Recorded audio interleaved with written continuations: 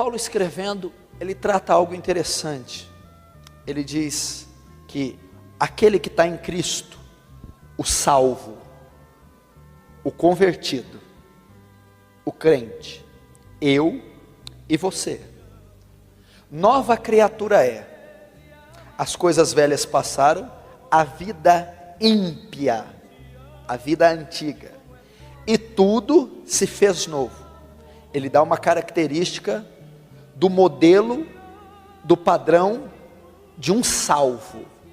Se alguém é de fato salvo, se alguém é de fato convertido, se alguém é de fato cristão, ele é uma nova criatura, uma outra criatura, uma outra. As coisas velhas, a criatura velha, o perfil, o padrão, a estrutura antiga tem que morrer, e tudo se fazer novo, uma nova estrutura, uma nova composição moral, espiritual, tem que ser refeita, resultando no crente. Se não ocorreu isso, não há qualquer evidência de cristianismo, nem de conversão, nem de salvação. A maior dádiva dada de Deus ao homem, através de Cristo, a salvação. É talvez o único grande propósito do advento do Messias.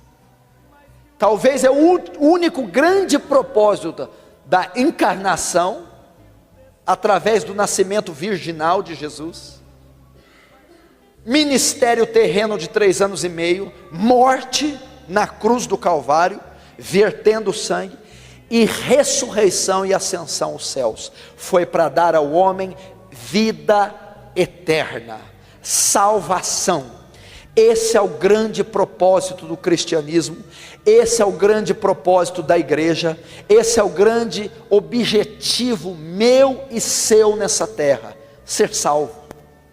E é sobre isso que nós temos que tratar. É impressionante como não se fala mais de salvação em muitos lugares.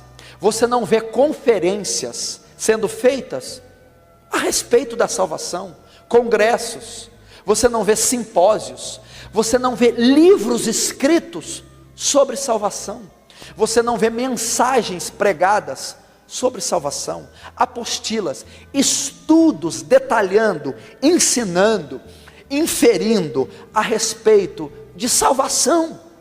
Como eu posso deixar de salvação, se é o princípio da morte de Jesus, seu fundamento, seu propósito, deveria ser uma das maiores mensagens da igreja, a salvação, deveria ser o maior tema da literatura cristã, salvação, deveria ser o maior tema dos congressos, salvação. Esse é o propósito. Desde que você vem a Cristo, o seu horizonte se amplia, seus olhos se abrem. Até Cristo você tem uma noção, uma ótica terrena, limitada para esse tempo. Quando o evangelho vem a você e você se converte, a sua visão se alarga e passa a ser eterna. A sua visão, você passa então a entender que o mundo é transitório e que você espera uma pátria futura e a vida eterna. Então, se eu sei que é nisso que consiste o evangelho, eu deveria viver então tendo em mente valores eternos. Eu deveria trabalhar por valores eternos. Deveria viver tendo em conta valores eternos. Eu deveria viver esperando a volta de Cristo. Eu deveria trabalhar para que eu vá quando Ele voltar. Eu deveria trabalhar sempre para a minha salvação. Esse é o tema da igreja. Jesus veio resgatar. Resgatar o quê? Pecadores do inferno. Jesus veio salvar o quê? Condenados do inferno. Jesus veio dar o quê? Vida a quem estava morto espiritualmente em Adão. Esse é o propósito. Nós não temos absolutamente, meu irmão, nenhum pacto com essa terra. Se você não pensar assim, se você tiver em mente valores terrenos, e a sua vida consistir em se formar, ter diploma, casar, ter filho, fazer sexo, viver feliz, viajar, meu irmão, você não pode se considerar um cristão. Isso tudo no cristão é transitório.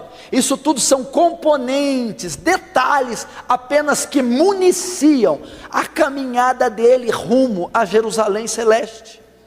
Mas é isso que as igrejas têm feito, e é isso que os cristãos têm buscado: ser feliz, ter um bom emprego, ter uma boa casa, um bom carro, ser feliz aqui, construir, realizar seus sonhos na terra. E não há qualquer indício disso no propósito do Evangelho.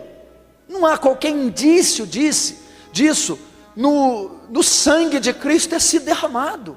Ele não veio fazer isso. Ele veio salvar, redimir.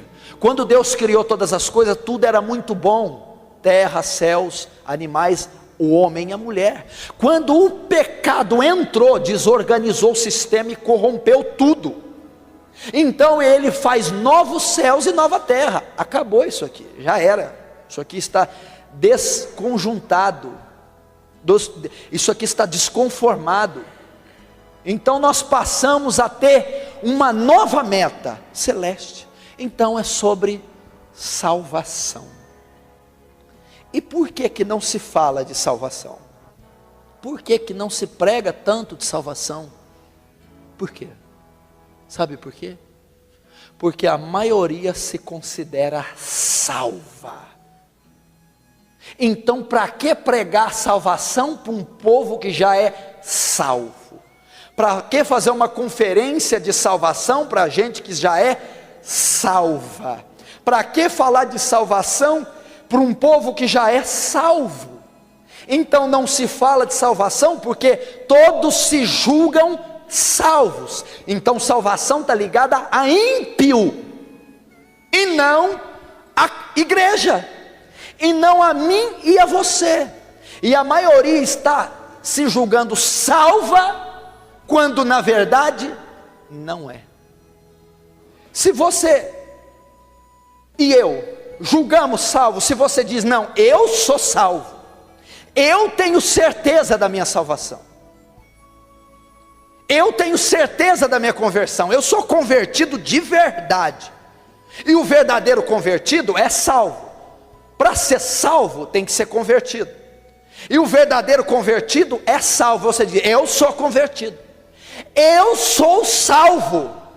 Tudo bem, você pode afirmar isso. E eu? Agora me diz, baseado no que você afirma a sua salvação?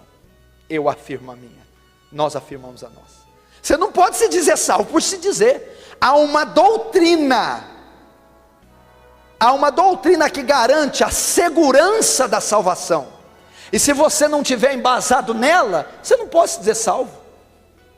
Jesus mesmo diz: nem todo que me diz Senhor, Senhor, entrará no reino dos céus. Tem que haver, meu irmão, em você uma evidência para saber se você é salvo. Você não diz que é salvo por dizer. Tem que haver em você uma evidência. E há uma doutrina que evidencia a salvação. Há uma doutrina que traz a segurança da salvação. E só há uma grande doutrina.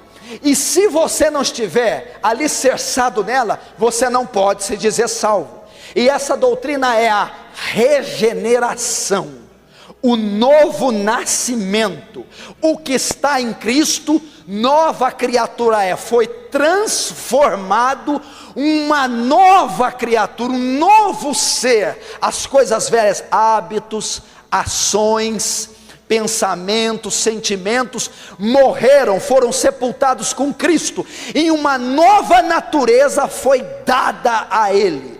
Se um homem não é regenerado, não é convertido. E se ele não é convertido, não é salvo. Se ele não nasceu de novo, não foi transformado pelo poder sobrenatural, ele não é salvo.